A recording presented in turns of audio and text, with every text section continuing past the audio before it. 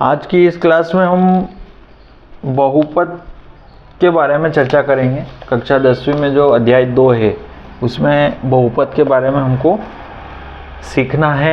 बहुपद के शून्य कैसे निकालते हैं, शून्यकों की जांच करना, शून्य के बारे में बहुत कुछ आप कक्षा 9वीं में पढ़ चुके हो। अब उसके आगे हमको बढ़ना है।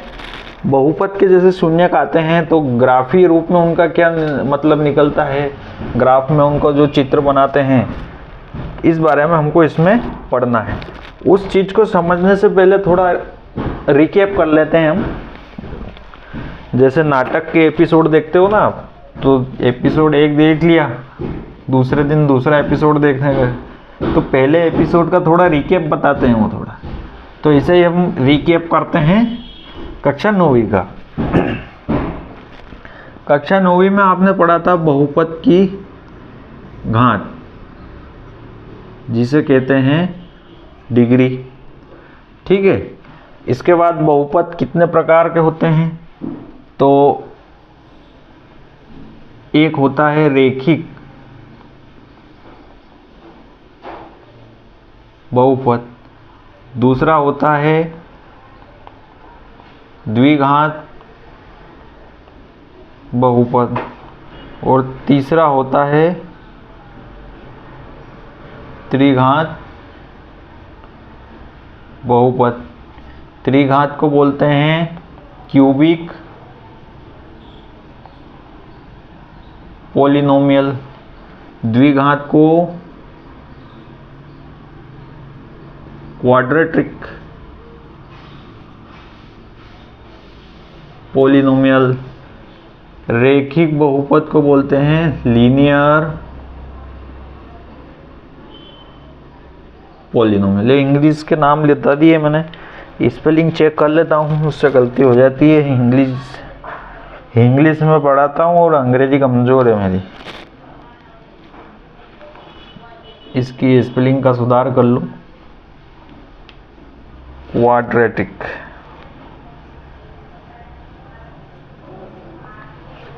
ठीक है, बाकी सब तो सही लिखा है मैंने। अब इनका क्या मतलब होता है, जैसे कोई बहुपद लिखा आपने ax² + bx + c, ठीक है। अब इसकी घात कितनी है, 2, मतलब इसकी डिग्री कितनी हो गई, 2।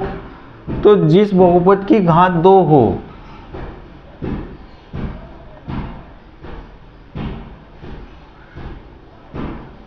जिस बहुपद की घात 2 हो क्या कहलाता है, द्विघात बहुपद, क्वाड्रेटिक पॉलिनोमियल। अगर मैंने ऐसा लिख दिया 4x³ + 2x² + 5x + c, अब ये है तो बहुपद, पर अब इसमें इसकी घात कितनी है, 3। कितनी घात हो गई उसकी, घात 3 वाला बहुपद क्या कहलाता है, त्रिघात बहुपद, क्यूबिक पॉलिनोमियल। अच्छा, उसके बाद अगर मैंने ऐसा ही लिख दिया ax + b, तो इसकी घात कितनी है, 1।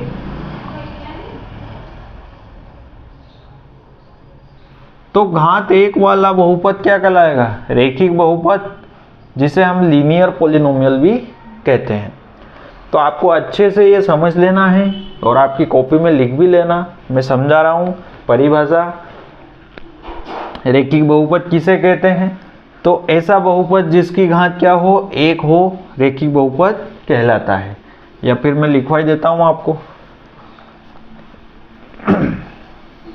क्योंकि ये चीज़ें आपको समझना जरूरी है, उसके बाद फिर आगे बढ़ेंगे हम। क्योंकि ये अगर नहीं समझी तो फिर आपको बार बार कन्फ्यूजन पैदा होगा और फिर मन नहीं लगेगा पढ़ने में। तो सबसे पहले रेखिक बहुपद, लीनियर पॉलिनोमियल, ठीक है। अंग्रेजी नाम भी जरूरी है, क्योंकि जब 11वीं में चले जाओगे आप तो आपको फिर दिक्कत आएगी। ऐसा बहुपद जिसकी घात 1 हो रेखिक बहुपद कहलाता है। उदाहरण ax प्लस बी, cx प्लस डी, 3x प्लस 4, 6x प्लस 9, कुछ भी हो सकते हैं। सभी बहुपद है, सभी की घात 1 है, तो ये क्या हो गया? रेखिक बहुपद। ठीक है, ये परिभाषा नोट कर लो। परीक्षा में आए तो आपको ऐसा लिखना है, तभी नंबर मिलेंगे। अब आते हैं द्विघात बहुपद। ठीक है, क्वाड्रेटिक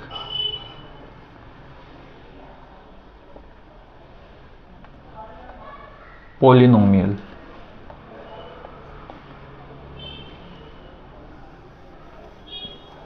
अब क्वाड्रेटिक पॉलिनोमियल क्या होगा? ऐसा बहुपद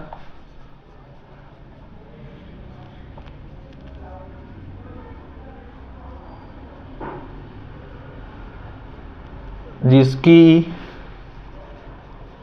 घात क्या हो? 2 हो,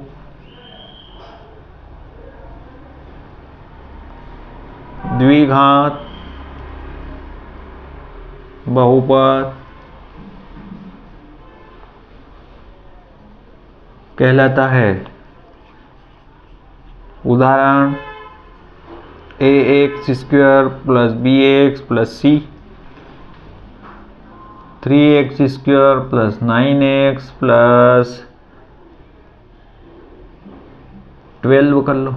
ठीक है, कुछ भी कर सकते हैं, ये द्विघात बहुपद हो गए। अब त्रिघात कर लो।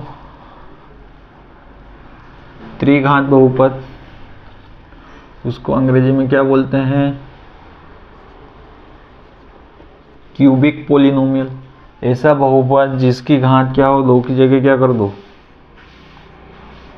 3 कर दो। अब 3 घात वाला का स्टैंडर्ड जो फॉर्मूला है उसको लिखने का, ax cube plus b x square plus c x plus d. ठीक है, 3x cube plus 5x square plus 9x plus 10, कुछ भी मन से बना सकते हैं।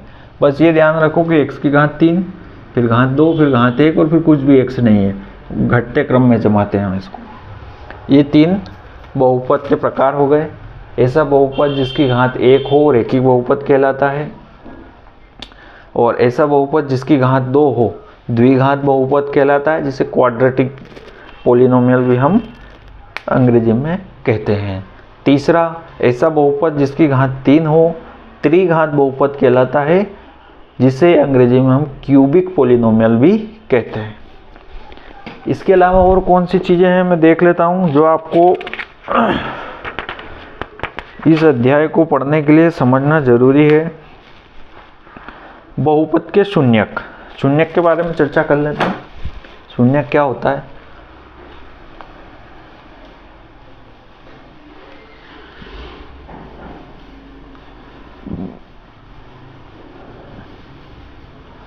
जब कोई बहुपद की घात 1 हो तो उसके कितने शून्यक निकलेंगे हल करने पर? 1। और बहुपद की घात 2 हो तो उसके शून्यक कितने निकलेंगे? 2।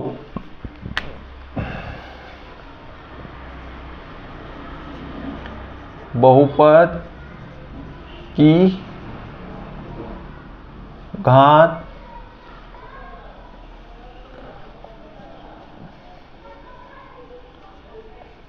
शून्यकों की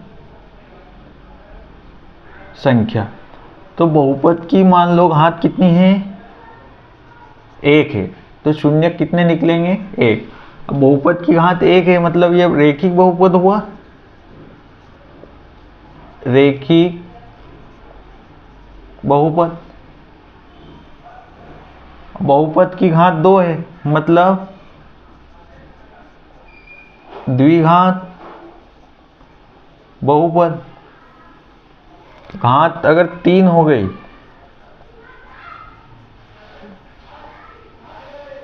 त्रिघात बहुपद, तो मतलब अब मान लो आपसे पूछ लिया ऑब्जेक्टिव में कि रेखिक बहुपद की शून्यकों की संख्या कितनी होती है, तो 1।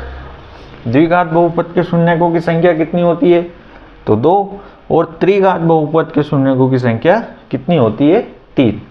अब ये शून्यक क्या बोला है, तो जैसे मान लो 3x² + 2ax + 1, ये कोई बहुपद है। अब इसको हम जब हल करके x का मान निकालते हैं, मान लो x के 2 मान आ गए, एक 2 आ गया और एक 3 आ गया, ये होते हैं शून्यक, ठीक है। और ये मान इसमें रखने पर ये 0 हो जाता है, ठीक है।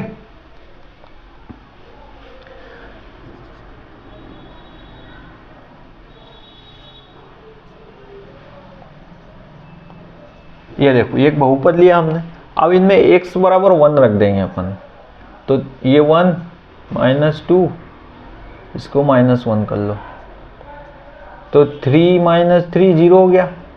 x बराबर क्या रखा, 1, तो ये x बराबर, ये बहुपद को मान लिया px, अब px में x बराबर 1 रखा, तो p1 क्या हो गया, 0, तो ये x बराबर 1 इसका क्या हो गया, एक शून्यक हो गया, ठीक है।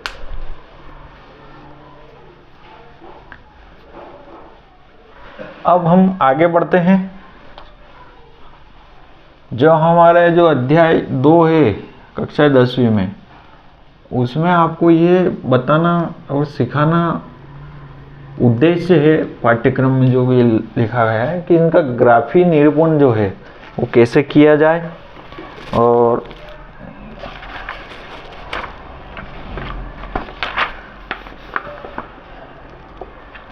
बहुपद के शून्यकों का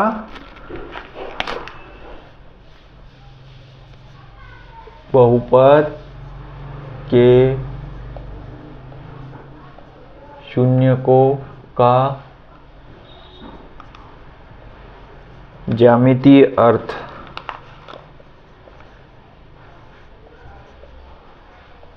ठीक है। अब एक डायग्राम दे रखा है हमको, इसमें दे रखा है x और एक बहुपद दे रखा है 2x + 3, ठीक है। x बराबर -2 रखे तो y बराबर क्या आता है, -1, और x बराबर 2 रखें तो y बराबर आता है 7। ऐसी टेबल दे रखी है। तो अब आपको क्या करना है, ये y अक्ष बनाया, ये बनाया x अक्ष, यहाँ पे है 0 1 2 3 4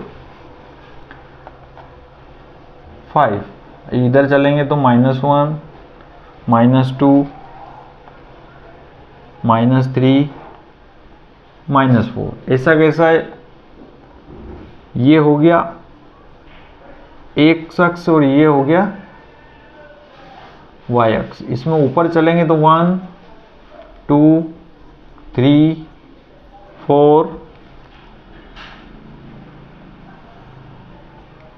5 6 और 7, ये y अक्ष। नीचे चलेंगे तो -1 और -2, ये। अब जब x बराबर -2 है, तो x बराबर -2 मतलब ये रहा, तो y क्या हो जाता है, -1, तो ये रहा -1, है ना। अब इसको मिला दो, ये लाइन बन गई एक, ठीक है।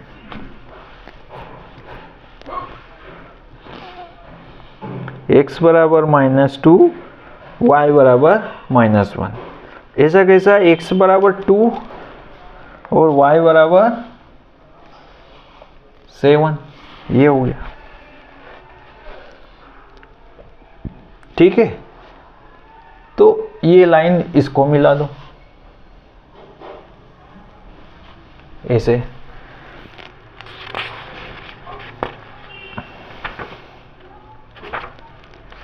अब इसको अच्छे से समझने के लिए अब अगला जो क्लास है उसमें मैं इसको आपको समझाऊंगा कैसे क्या करना है। प्रश्नावली देख लेते हैं। प्रश्नावली 2.1 में सभी ग्राफ दे रखे हैं।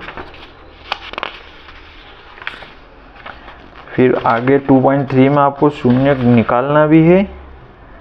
और ठीक है।